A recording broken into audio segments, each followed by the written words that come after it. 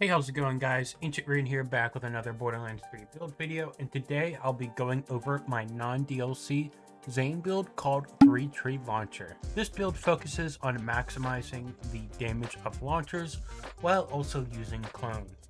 This ends up being one of the strongest and fastest clearing Zane builds for no DLC.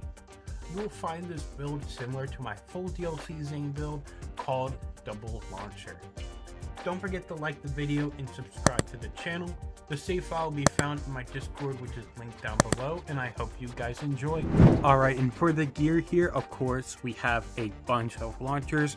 My go-to ones are Plague Bear and Hive for the top damage, but there's also some really fun ones like the Mongol, the Globetrotter, the Yellow Cake, the Ruby's Wrath, the Rhina. For bossing, you have the Backburner. And then for the clone weapon, I just stick with Sandhawk. You can use any good clone weapon here, but Sandhawk is my go-to. You can also use the Lob here, which is pretty fun. It's not a launcher, but it kind of acts like one, so I like using that. But for the anointment for your launchers, you're going to want to use Terror, Damage, and Fire Rate. You could also use Terror Cryo here.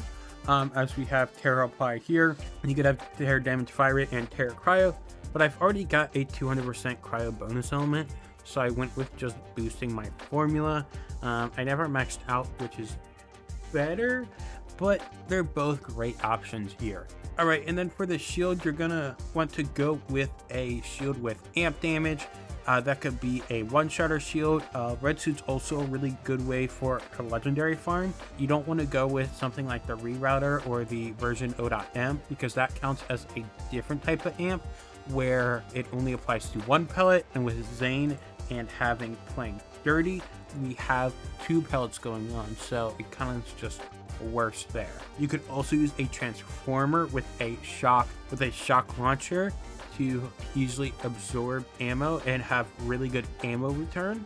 That's an option, and then you could probably like not use a cut purse if you wanted to and use like a snowdrift, but here we use the cut purse. Well, the launch pad part and slams will proc the melee terror, so it's melee attack, slams, and slides.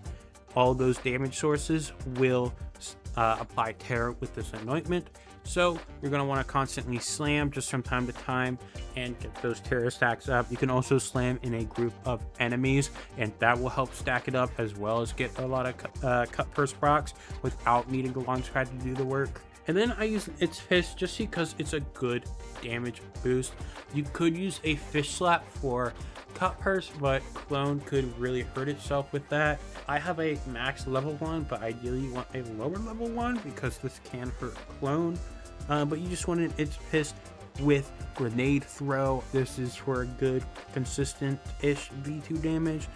We'll be getting this from clone throwing it. Not really from us. We do have duct tape mod, but it's mainly gonna be from Fractal Frags.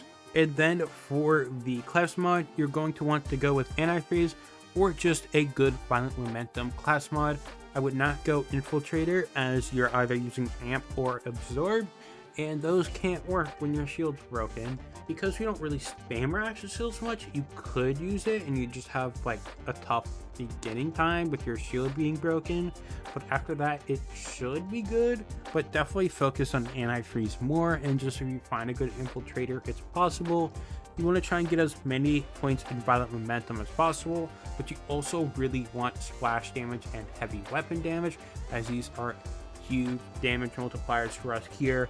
And then splash damage radius is just really good for ad clear as well. I'd probably go at least 3 points of Antifreeze, and then also focusing on the damage formula here with the passives. But if you have like a +4, +5 with terrible passives, I would not use that over something with like +3 with good passives here like this. You could also use a purple Cold War class mod. While it's not the best, it would work here and is pretty nice. It's a purple class mod, so you only have 2 slots, but still very good. And then you're going to want to go the cut purse launch pad or a snowdrift Vic Rush. Snowdrift is really good just for bossing if you need the extra damage to slide and shoot. But mainly you're going to go cut first launch pad for stacking terror and to get back ammo.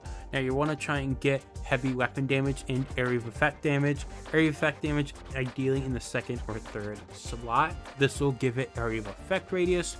And then I like to have mag size with it just so I reload less. But it's probably the least important thing here. You can also get elemental damage and movement speed, action skill cooldown rate. There's a couple other things that you can get here. Same with antifreeze, you can get a action skill damage here. I don't have it personally, but it will help clone deal more damage, even though it doesn't really need more damage here. Alright, and then the skill tree is pretty much a no DLC standard clone build, just kind of like changed up a bit with a couple skills, mainly in blue tree to focus on those launchers. You got violent momentum, max it out for hundreds of gun damage, violent speed to help violent momentum. Then we go cold war for the 200% cryo damage. You're basically gonna just swap every shot, so you just shoot, swap, and constantly like that. Then you're going to want to go salvation, only need 1 point. You and clone bullets will proc it, so that's good going there. Then we have seeing red here for activating kill skills effect and the kill skill bonus. This is basically just for when you first start out, you'll spawn your action skills and you'll have your kill skills up, and then you can keep continuing that. This build is strong enough to where even if your kill skills are down, you're still doing good stuff. Kill skills is better, obviously. And then you'll have your clone just killing stuff to activate kill skills. And then you're going to mix up your points between cool hand and playing dirty. I love reload speed, so I have max cool hand and 2 points in playing dirty. You do not need to max it out since you're not constantly shooting, but you're getting a ton of kills. Playing dirty should always be active with like 1 to 3 points in it. I just went 2 because I could. And then I have 3 good misfortune. With barrier, I love 3 good misfortune, but since we're also going no DLC, 3 good misfortune is really good here. So I definitely recommend that over putting points in either like playing dirty or cool hand. And then we have death follows close for increasing our kill skill bonuses and our kill skill duration. This will also boost violent momentum because violent momentum hidden effect is getting kill skill bonuses, just making it even stronger. And then for the red tree, basic standard clone tree, Prey Mutinous for increased mag size, borrow time for action skill cooldown, especially good when using barrier, Donnybrook for boosting clone damage, mainly Fractal Frags so clone can throw a grenade, Duct Tape mod so we're immune to our splash damage, but not our elemental damage, keep that in mind. Quick Breather for clone survivability and also will recharge our shield when we swap, which is really nice. Pocketful grenades to help with boom enhance. Old U is to, if we go down, we can just sacrifice clone and get right up. Because clone is killing things, we won't need it as much, but it's still a 1 point skill and very good. Supersonic Man for movement speed to boost violent momentum. Boom enhance for just better clone stats. Trick of the Light is really nice here because clone naturally will just draw aggro, so we get a bonus element here of 45% along with the 200% here and possible 75% from Terror Cryo if you choose to use it. And then of course double barrel for giving clone a Sandhawk.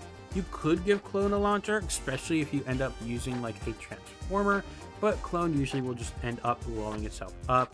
I guess also a red suit, you could give a clone a rad launcher, but I prefer not to. And then for green tree, we're just going down to the bottom here. We have adrenaline for cooldown rate, ready for action for shield recharge rate and shield recharge delay, which is really good for amp shields. Rise to the Occasion just for some good health regen survivability. We don't have too much use for distributed denial. You can do some stuff with amp shields, but it's not really worth it, even though it is just a 1 pointer, so you could take. I generally don't. And then we have a really expensive jacket for cutting our status effect times in half, which is just really good for survivability. And then we have for our skills, we go barrier purely for keeping our amp shield full so we aren't getting hit. We have all-rounder here to protect us everywhere. And then the turns field to stop enemies from meleeing us, mainly. Just really good there. And it is a little blinding, but since we're using launchers that already home in on enemies, you don't really need to aim anyways. And then for Cologne, I like to go Shred and Feud here just to help keep Amp Shield up, but there's no problem with going which one's real for more aggro draw. And then you must, or you want to have Doppelganger just to blow up Clone and reposition it somewhere if it's far away and you don't want to swap with it. And then what's great with this power of the build is you do not need the Mayhem 10 modifiers of Speed Demon and such, but you very much could. You basically just go the basic ones of Speed Demon, Healy Avenger, Drone Ranger, and Post-Mortem. So you have that there if you want to be even stronger. But Mayhem modifiers can be a bit annoying, and the survivability is fine where you don't need those Mayhem modifiers for Sahir wins, so I don't feel pressured to use Mayhem 10 here. I hope you guys enjoyed the build video. I love using Terror, so using it in this build in a unique way is super fun, and still being able to use Amp and on Grenade Throw to help diversify my damage formula. Again, you could find the save file in my Discord, which is linked down below, as well as my other socials. If you haven't, I would really appreciate it if you would like and subscribe, and I will see you guys next time. Peace.